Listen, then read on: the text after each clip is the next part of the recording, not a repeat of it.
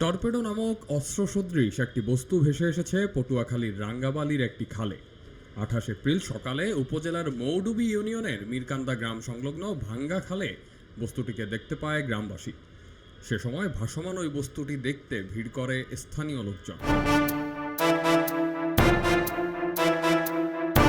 প্রত্যক্ষদর্শীরা জানান, কাছ থেকে বস্তুটি দেখে ভারী কোনো অস্ত্র ভেবে এলাকার মানুষের মধ্যে আতঙ্ক ছড়িয়ে পড়ে। খবর পেয়ে দুপুরে ঘটনাস্থলে পৌঁছায় পুলিশ। বস্তুটির কাছ থেকে সরিয়ে দেওয়া হয় লোকজনদের। অন্যত্র যাতে ভেসে না যায় সেজন্য রশি দিয়ে বেঁধে রাখা হয় বস্তুটিকে, যার দৈর্ঘ্য প্রায় 20 থেকে 25 ফুট। গ্রামবাসীর ধারণা, পার্শ্ববর্তী রাবণাবাদ চ্যানেল হয়ে হয়তো এটি ভাসতে ভাসতে এই খালে এসেছে। রাঙ্গাবালী থানার ওসি হেলাল উদ্দিন জানান, কোস্টগার্ডকে বিষয়টি অবহিত করা হলে ছবি দেখে তারা প্রাথমিকভাবে এটিকে টর্পেডো বলে ধারণা করেছে। টর্পেডো ডুবন্ত থাকে, যেহেতু এটি ভেসে আছে তাহলে সম্ভবত ব্যবহৃত।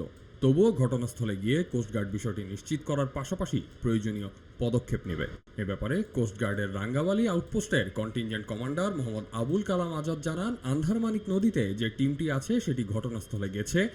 যে কোনো বড় জাহাজ ধ্বংস করে দেওয়ার কাজে টর্পেডো ব্যবহার হয়। এটি নৌবাহিনীর কাছে আছে, তিনিও এটিকে মিসাইল নয় টর্পেডো বলেই ধারণা করছেন। টর্পেডোর মাঝখানে যেভাবে জোড়া দেওয়া থাকে এটিরও আছে।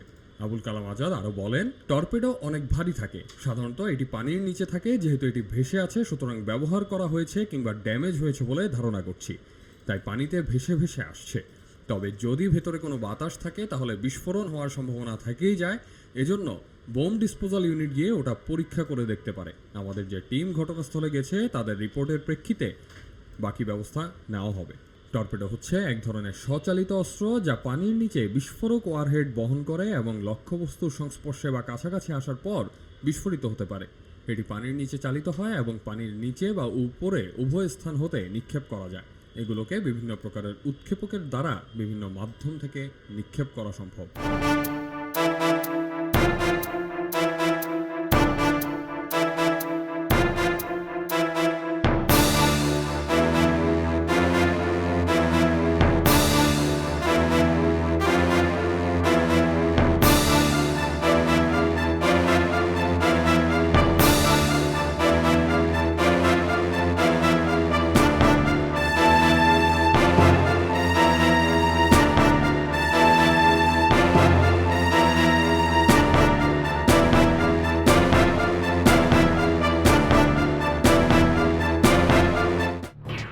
এলো খবরের কাগজ, নিখাদ, নির্ভীক, নিরপেক্ষ।